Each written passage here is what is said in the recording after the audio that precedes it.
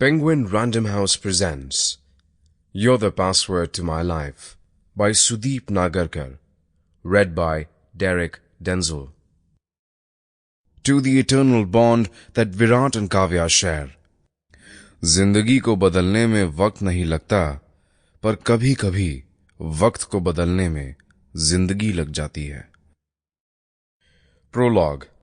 We all have that one person in our lives in whose absence our existence seems utterly meaningless. For some people, that person is a friend, a family you choose instead of being forced into liking. No matter how much you argue with your friends over little things, ultimately, you love them for exactly who they are. None of those petty, expensive gifts or sweets or sweet words mean anything if one can't appreciate the little things that matter. Rohan was lucky enough to have the best of both, a friend to live for and a love to die for. A friend who would confidently lie to his parents just to go out with him, and a girlfriend who was slowly and discreetly penetrating his heart and soul. It was the evening of Rohan's relationship anniversary. Rohan had left for his girlfriend Ridhima's place, and his friend Virat too was on his way. Rohan had made all the preparations for a perfect evening. As he took out his mobile phone from his pocket, he scrolled through Ridhima's pictures in his gallery for a while, then read the text message he had received and started typing a reply. You will look ravishing covered in my kisses. You always ask me whether you are better than my ex or not. So let me tell you the truth today. No one can be compared to you, my love. I love you so much, and I wonder to myself, why? You know what they say? When you know when you like someone, it's a crush, and when you can't think of a reason or explanation, it's love. He read the message once again before pressing the send button. He then thought of deleting the text message from his phone. After all, it had only been a day since they started seeing each other. He feared that Ridhima would think about him. But the best conversations are those that never take place, like the messages that we never send. Rohan reached Ridhima's house and knocked on the door. She let him inside, though something had changed this time. Earlier, he used to visit her to learn French, while now he was here to teach her how to French kiss. If the stars favored him, he called Virat to ask him where he was and how long he'd take to reach. I'm on my way. We'll reach in half an hour. Extremely sorry, buddy. I'm still stuck in traffic. Virat lied. He was not stuck in traffic, but caught up with another meeting. One of his best friends. A girl can be your best friend, your worst enemy, or your worst nightmare. It all depends upon how you treat her. Virat treated her like a princess, but always asked her when would she start looking for a guy to fall in love with. To which she would reply, I don't need someone so mature that I can't act immaturely around him. What I need is someone who adores my immaturity and maturely understands me. They'd end up fighting over issues like these and would stop talking to each other for days. She was supposed to travel back to her hometown that night all by herself. He never liked the fact that she traveled alone, but she loved adventures, and it was beyond Virat's control to win an argument with her. Virat was about to reach Rohan's place when suddenly he took a U-turn in high speed. The other cars came to a halt the moment Virat took that sudden turn and sped away. While he was waiting for the signal to turn green, he received a message. He immediately called on the unknown number, and before the person on the other end could explain the whole thing, he ended the call. Suddenly, he felt numb, like his whole world had come crashing down. He couldn't believe his ears. It was, by far, the worst news of his life. His hands shivered as he accelerated the car. After a few minutes, he got a call from Rohan again. Where are you? Stop following girls and come here right away. Rohan, I'm not coming. I'm extremely sorry, but I need to see someone urgently. Please don't take this the wrong way, Virat said with a heavy voice. What happened? Rohan asked, sensing the gravity of the situation.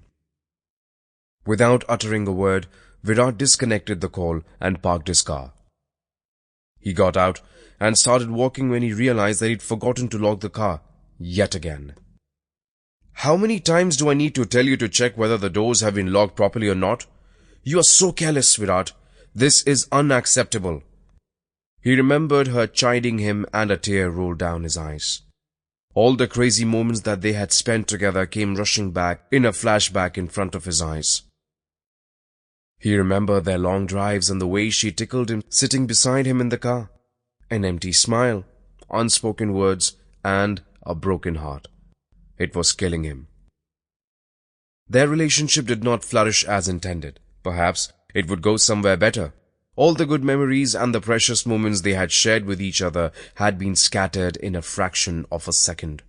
Sometimes we play with our lives, but when the time comes for us to get serious, life plays with us. Rohan was expecting Virat to celebrate his newfound happiness with him. But now, even Rohan was worried for Virat. Ridhima was confused by the way Rohan was acting and wanted to know what had happened. Whether he faced a difficult time, she would be the first person to be by his side. Now, he was missing that support of hers. Virat was missing the support of his best friend, Kavya. Chapter 1. A Slightly Insane Friendship. Mid-July 2009. "Kavya, what are you doing here at this hour? You act like your mom." She also had this habit of waking up early in the morning for no reason whatsoever. "It's so annoying." "Kavya, what are you doing here at this hour? You act like my mom. She also had this habit of waking me up early in the morning for no reason whatsoever. It's so annoying." Virat muttered, still half asleep. Kavya was kicking his butt in an attempt to wake him up. Virat and Kavya were both students at Biosis College, Pune.